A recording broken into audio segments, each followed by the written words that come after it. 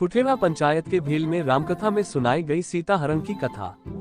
कुठेरा पंचायत के अधीन भेल गांव में जन सहयोग से चल रही श्री राम कथा ज्ञान यज्ञ के 8वें दिन राम कथा में कथा वाचिका करिश्मा किशोरी ने सीता हरण के प्रसंग का वर्णन किया। इसे सुनकर श्रोता भाव विभोर हो गए। कुठेरा भेल में आयोजित श्री राम कथा में कथा वाचिका करिश्मा किशोरी ने सीता हरण का प्रसंग सुनाते हुए श्रद्धालुओं को बताया कि रावण ने अपने अहंकार के कारण माता सीता का हरण किया। उसने माता सीता का हरण करने के लिए साधु का वेश बनाया व जंगल में भिक्षा मांगने लगा। जब वह माता सीता के द्वार पर आया तो उसने माता सीता को भी भिक्षा डालने को कहा तो माता सीता भिक्षा लेकर आ गई। जब वह साधु रूप में रावण को भिक्षा डालने लगी तो उसने कहा कि हम द्वार के अंदर से भिक्षा नहीं लेते, अगर तुम्हें भिक्षा देनी है तो बाहर आकर दो। माता सीता ने कहा कि उन्हें भ्राता लक्ष्मण का आदेश है, वह इस लक्ष्मण रेखा के बाहर नहीं जा सकती। तो इस पर साधु ने कहा कि अगर वह लक्ष्मण रेखा के बाहर आकर भिक्षा नहीं दे सकती, वह बिना भिक्षा लिए खाली हाथ ही लौट जाते हैं। इतना कहने पर माता सीता लक्ष्मण रेखा से बाहर आकर साधु को भिक्षा देने लगी तो वह माता सीता को अपने साथ उठाकर ले गया। कथा सुनकर पूरा माहौल भक्तिमय हो गया।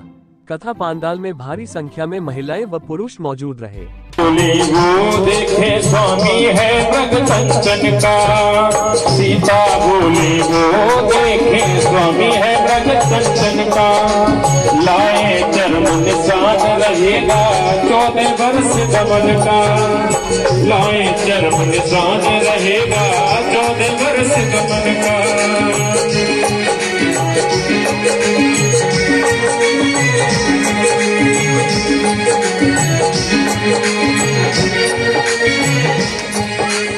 सिया माया की माया का मग, सिया माया की माया का मग, लगे राम मुस्काने, माया का मारे चला माया पथ को भटकाने, माया का मारे चला माया पथ को भटकाने, बच्चन मग बन करे।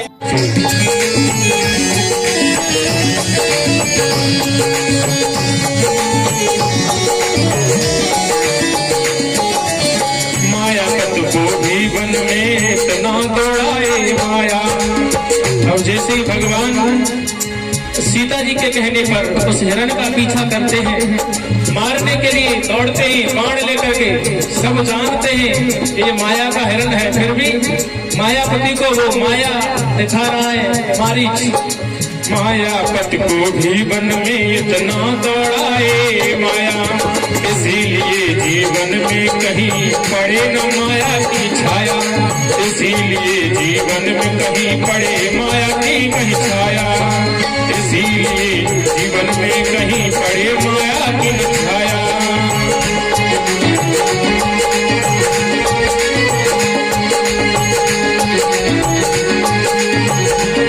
क्या होता है, वो सोना किसी को सोने नहीं देता।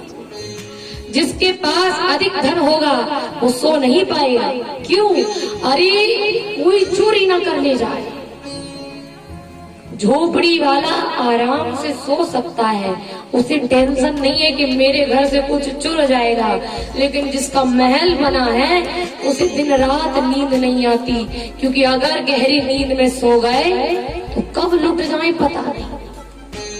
तो जिसके पास अधिक सोना है उसे ये सोना सोने नहीं देता। आज उसी सोने के पीछे हमारे राम जी भागे। जैसे ही राम जी उस हिरण के पीछे भागे और भागते भागते भागते भागते बहुत दूर तक ले गया है वो हिरण हमारे राम को। और माया देखिए, जैसे ही बाण चलाया हमारे राम जी ने, वो मृग चिल्लाने लगा, हा लक्ष्मण बचाओ मुझे, बचाओ मुझे। जैसे ही हा लक्ष्मण करके चिल्लाया, मैया सीता के कानों में आवाज पड़ी। उस मैया ने जाना उस पापी हिरण ने हमारे स्वामी को क्षति पहुंचा दी। लगता है उस हिरण ने हमारे प्रभु को चोट मारी है, इसीलिए मेरे प्रभु भैया लक्ष्मण को मदद के लिए पुकार रहे हैं। आज मैया व्याकुल हो गई और लक्ष्मण जी से कहने लगी, लक्ष्मण चलिए जाओ, तुम्हारे भैया तुम्हें बुला रहे हैं। लक्ष्मण बोले, नहीं भाभी, ये अपने भैया की आवाज नहीं थी, बोले भैया की ही आवाज थी, भैया तुम कृपया करके चले जाओ, मेरी बात मानो, चले जाओ लक्ष्मण। लक्ष्मण जी बोले माँ हमारे भैया साधारण नहीं है, हमारे भैया साधारण नहीं है।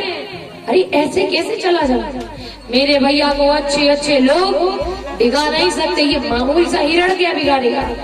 आज मैया बोली सीधे कह दो कि आपको हिरण से डर लग रहा है, आप हमारे स्वामी को बचाना नहीं चाहते, तो ये लो तुम चूड़ियां पहनकर यहीं बैठो, मैं जाती हूँ बचाने के लिए। आज लक्ष्मण जी अपनी भाभी माँ के ऐसे वचन को सुन करके मानने चलने के लिए राजी हो गए। बोले माँ ऐसा मत बोलो, मैं जाता हूँ ना, पर तुम यहीं रहना।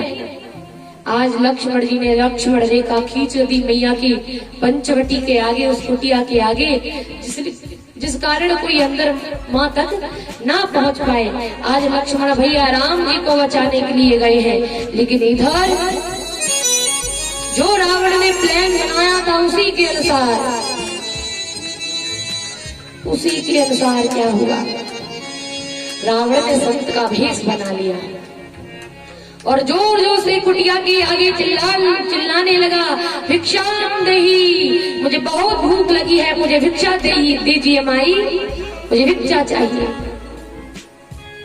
बार बार आवाज मारने के बाद जब माँ अपने ध्यान से बाहर आई कि हमें कोई पुकार रहा है, माँ फल लेकर के उस लक्ष्मण रेखा से पीछे ही खड़ी हैं और कहती है संत जी, महात्मा जी, कृपया करके आप अंदर आकर के फलों को, अपनी भिक्षा को लीजिएगा। मैं इस रेखा से बाहर नहीं आ सकती क्योंकि ये हमारी मर्यादा है। इस मर्यादा से अगर मैं बाहर आ गई तो हमारे पति, हमारे देवर मुझसे नाराज हो जाएंगे। आज रावण जैसे ही उस रेखा के अंदर जाने की कोशिश करता है, उससे इतनी जोर की चिंगारियां उठती है कि रावण दूर जाके गिरता है। जैसे ही दूर जाकर के गिरा, माँ ने इस माया को देख नहीं पाया। आज रावण ने जान लिया हम इसके अंदर नहीं जा सकते। पंचवटी के बाहर वृक्ष के नीचे बैठ गया और भगवान नारायण का नाम लेने लगा, ढोंग करने लगा और बोला माई कृपया करके तुम बाहर आकर दे जाओ, क्योंकि मेरे अंदर सामर्थ्यता नहीं है आपके पास आऊं, क्योंकि मैं बहुत थक गया हूँ, बहुत लंबा सफर करके आया हूँ। सीता मैया ने समझाया मैं बाहर नहीं आ सकती। आज रावण क्रोध में आकर कहता है बाहर नहीं आएगी तो मैं तेरे पति को श्राप देकर के भस्म कर दूंगा। सीता मैया ने जैसे ही सुना मेरे पति को भस्म कर देगा, तुरंत रो करके भाई बाहर आई।